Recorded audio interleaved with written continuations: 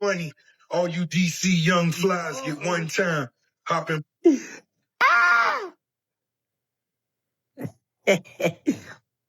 What the hell? What? Yo, hold up. Rick Ross just did something you cannot take back. He put DC Young Fly's name in a bar on wax forever. Not a tweet, not no story that vanishes in 24 hours. This is pressed into an album, baby. Once it's out, it's out. This beef's been cooking since 2021. Ross just poured a whole gas can on it. What's good? What's good? Welcome back to Podcast with Cameron. We don't sugarcoat nothing here. We tell you what happened straight up. New here, hit subscribe, smash the bell because today's episode is a lot. Everything I'm about to say is based on stuff already out there publicly. Allegedly, reportedly. I wasn't in the room. You wasn't in the room. But what got said on camera and what got pressed on wax, that's permanent. Rick Ross, Southern rap royalty, businessman, DC Young Fly, comedian, host of 85 South Show, one of the biggest podcasts in the culture. These two go back to 2021, and that situation never actually got handled. It just got buried, and Ross just dug it right back up. Rewind to 2021. Ross pulls up to 85 South, couch is loaded, energy's right, good interview. Halfway through, Ross goes, "Hey, I gotta use the bathroom right quick." He never came back. Sit with that for a second. He never came back. Not 5 minutes later, not 10 minutes later, never. Turns out my guy wasn't even in the bathroom. He was in a car, headed straight to the airport, left his own interview mid-conversation, didn't say bye to the host, nothing. Just vanished like a magic trick nobody asked to see. Look, everybody's got a schedule. I get it. But there's a way to do that. Yo, I got a dip. Love y'all. Takes 10 seconds. Instead, he just disappeared. And that's going to matter in a second. When you leave your own interview without a word, that's not a bathroom break. That's an exit strategy, and everybody watching clocked it. Yeah, you can't. Man, stay tuned. You can't take your foot off for nothing.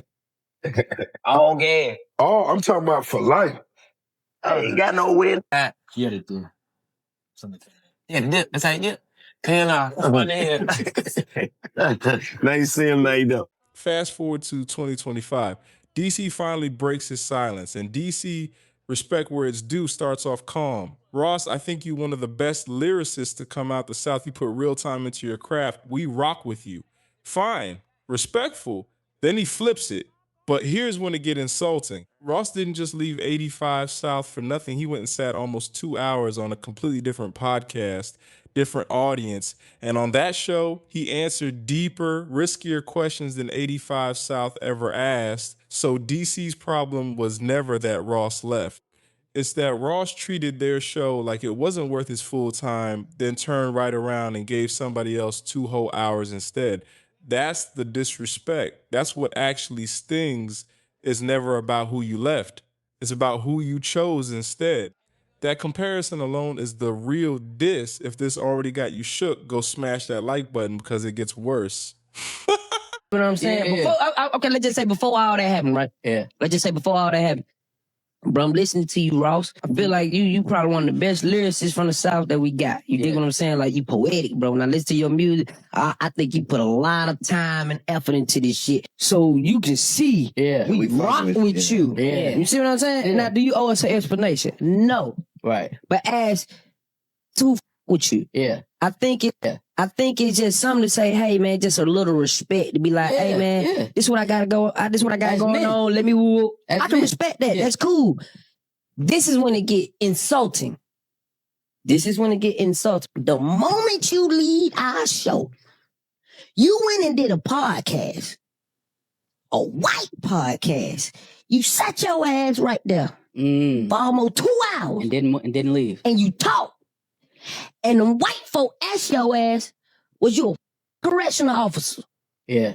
We would have never asked you no shit like that, nigga, because we got respect for you. Right. Damn, what's the difference between them and us? Okay. Now I feel disrespected. Right. You feel what I'm saying? Because it's like, damn, as a man, man, come on.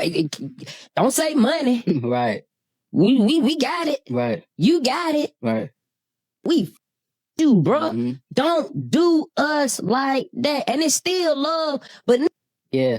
Don't do us like. So naturally, Ross got to respond, right? And this had me on the floor.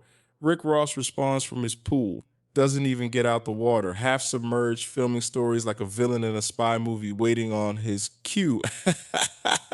His whole defense, little bro, I came for free. Didn't ask about your analytics. I came to show love. Don't make it seem like I walked off on you.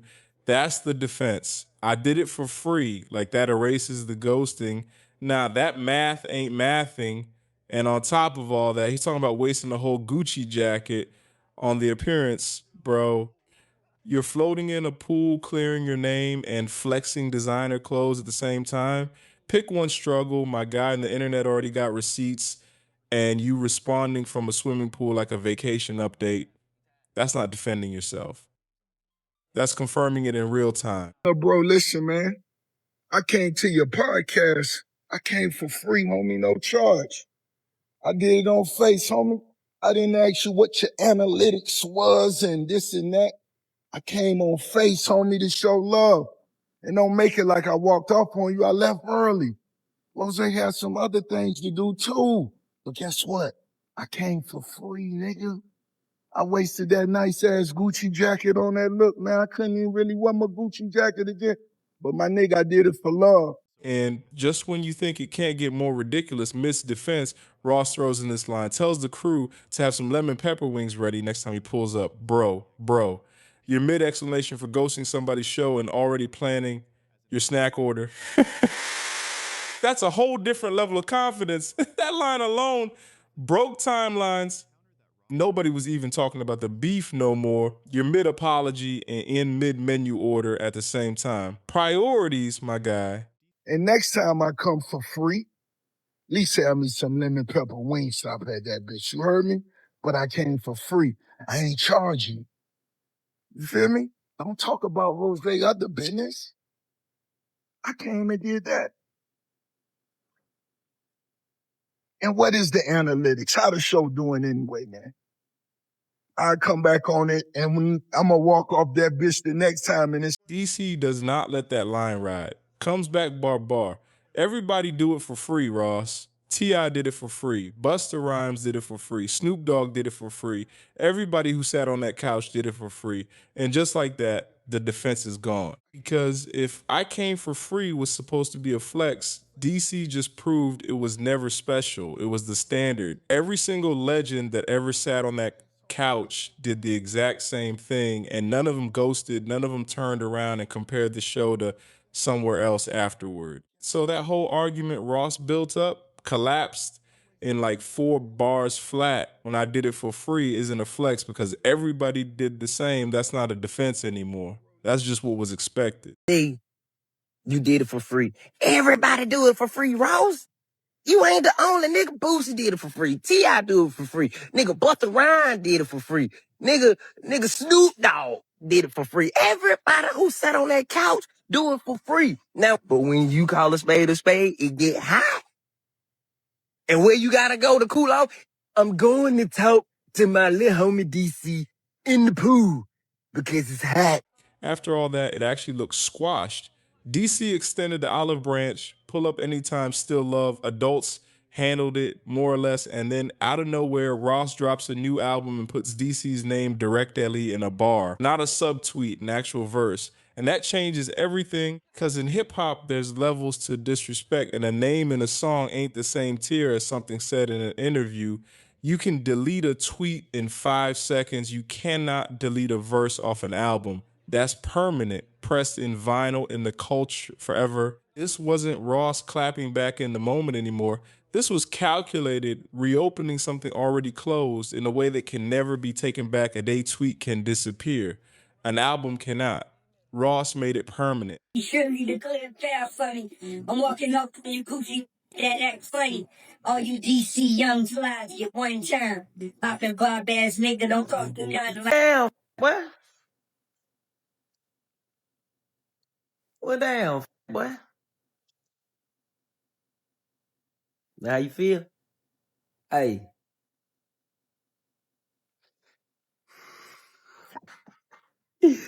Ah!